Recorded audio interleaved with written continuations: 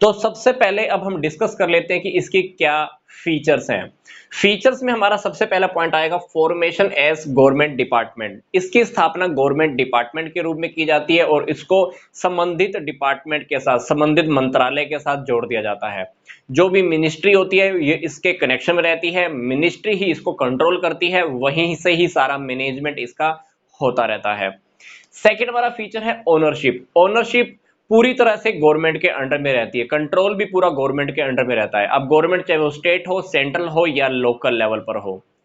तीसरी बात है कंट्रोल एंड मैनेजमेंट। ये बात मैं आपको अभी बता भी रहा था कि कंट्रोल और मैनेजमेंट जो कंसर्न्ड मिनिस्ट्री है उसी के अंडर से होता है, वहीं से सारे डिसीजंस आते हैं, वहीं से ही सारी मैनेजमेंट की बातें आती है कि क्या करना है, क्या डिसाइड करना है, क्या अप्लाई करना है, क्या हटाना है, सारी बातें वहीं से ही डिसाइड की जाती हैं। फिर हमारा पॉइंट है डिपार्टमेंटल जो सेक्रेटरी होता है वो इसी डिपार्टमेंट का सीईओ होता है, chief executive officer. Financing, finance provide कराने के लिए एक जर्नल बजट बनाया जाता है। आम पब्लिक से पैसा इकट्ठा नहीं किया जा सकता, सरकारी खजाने का ही पैसा यूज किया जाता है और अगर कुछ प्रॉफिट होता है तो वो भी सरकारी खजाने में ही जमा किया जाता है। तो फाइनेंस की फैसिलिटी डेफिनेटली गवर्नमेंट ही कराती है।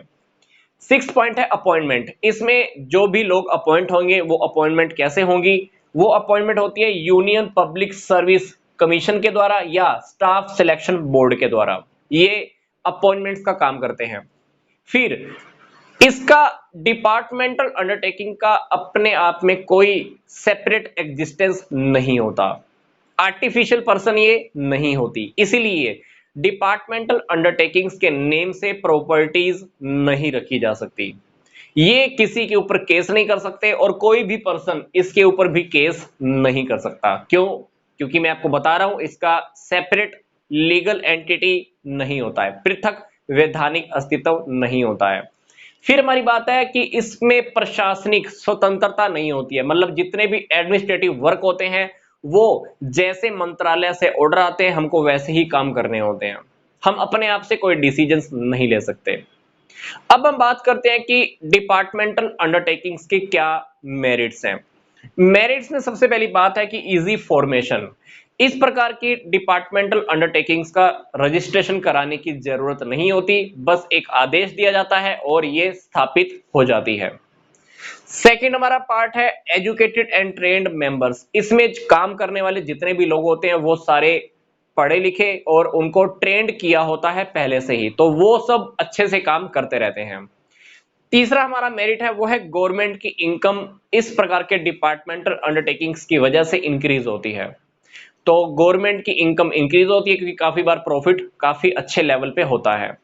अगर इनकम गवर्नमेंट की बढ़ेगी तो सोचकर देखो, गवर्नमेंट पब्लिक के ऊपर टैक्स कम लगाएगी तो मतलब टैक्सेस की रेट कम हो जाती है, या ये कह लीजिए कि आम पब्लिक को टैक्स कम भरना पड़ता है क्योंकि गवर्नमेंट टैक्स अपने आप ही लोगों से कम लेती है। फिर हमारी बात है easy financing by the government. Finance का काम इजीली गवर्नमेंट के द्वारा ही किया जाता है, सरकारी खजाने का पैसा यूज किया जाता है, प्रॉफिट हो रहा है तो वो भी सरकारी खजाने में जमा करवा दिया जाता है।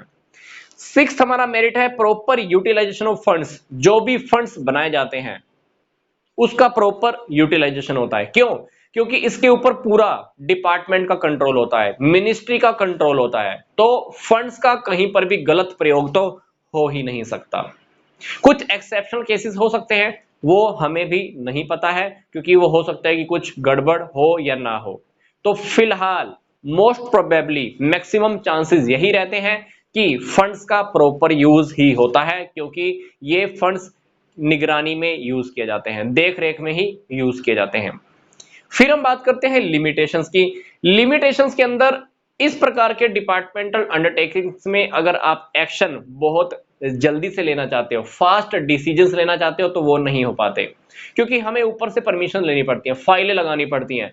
तो जब तक काम होना होगा हो सकता है कि डिसीजन लेने में देरी हो जाए, तो डिसीजंस बहुत जल्दी से नहीं लिए जा सकते। फ्लेक्सिबिलिटी नहीं होती है, रूल्स एंड रेगुलेशन में भी फ्लेक्सिबिलिटी नहीं होती है, रूल्स बहुत स्ट्रॉन्ग होते हैं। डिपार्टमेंट ने जो ऊपर मिनिस्ट्री ने जो रूल्स बनाए हैं वही रूल्स हमको पालन करने होते हैं, चाहे वो रूल्स गलत हो चाहे ठीक हो, हमें उनको ही मानकर चलना होता है। तो ये हुई हमारी रूल्स की बात। तीसरी बात है हमारी पावर्स। जो लोग होते हैं काम करने वाले, उनके पावर नॉमिनल होती है, उनको खुद डिसीजन लेने की पावर तो होती नहीं है। तो फिलहाल जो भी पावर्स उनको दी जाती हैं वो नाम मात्र की होती हैं, क्योंकि उनको ऊपर से आए हुए ऑर्डर्स को ही फॉलो करना होता है, जो उन्होंने रूल्स ऊपर से बनाए हैं उन्हीं को ही मानना होता है। तो पावर्स इन लोगों के पास नॉमिनल होती है।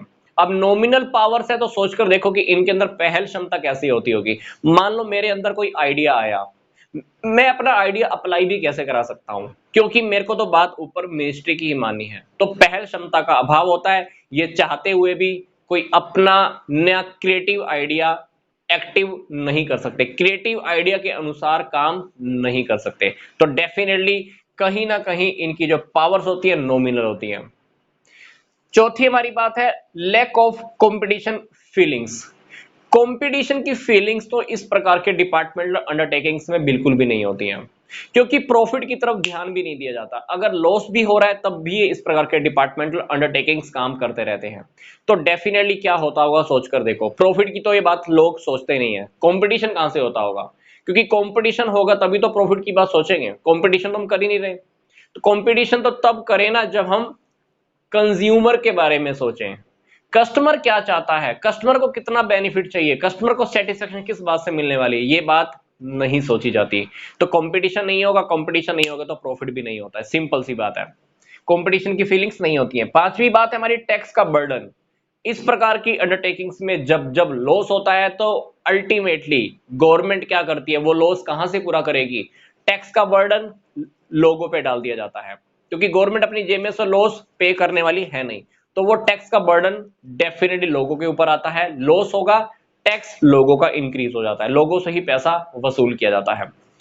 छठी हमारी बात है पॉलिटिकल इंटरफेरेंसेस, मतलब सरकारी हस्तक्षेप बहुत ज्यादा रहता है। छोटी छोटी बातों के लिए गवर्नमेंट इंटरफेयर करती है, ऐसा करना है वैसा करना है, ये नए रूल्स हैं, इसी प्लानिंग के अकॉर्डिंग काम करना है, एटसेट्रा एटसेट्रा। गवर्नमेंट का इंटरफेयर बहुत ज्यादा रहता है।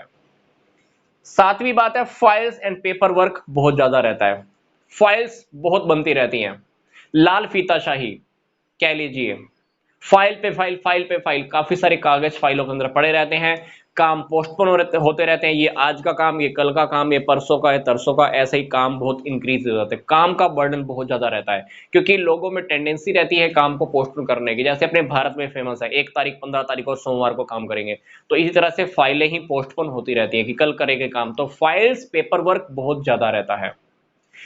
तो ये था हमारा फीचर्स, मेरिट और डिमेरिट्स, लिमिटेशन का टॉपिक। अब हम डिस्कस कर लेते हैं कि डिपार्टमेंटल अंडरटेकिंग्स कहां पे उपयोगी है, कहां पे इसकी यूटिलिटी है, कहां पे माना जाए कि ये बना दिया जाए तो ज्यादा अच्छा है।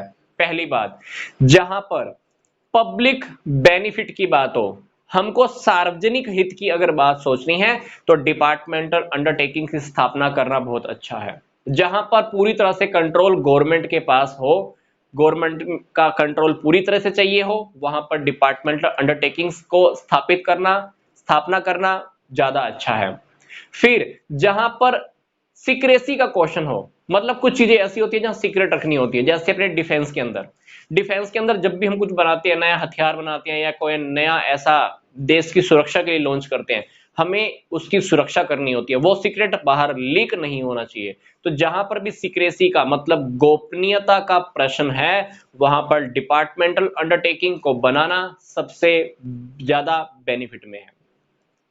तीसरी हमारी बात है कि पब्लिक यूटिलिटीज के लिए अगर हमने सर्विसेज देनी है, सार्वजनिक हित हमने अगर कुछ सर्विसेज देनी है, तो वहां पर ये ज्यादा बेनिफिशियल रहता है।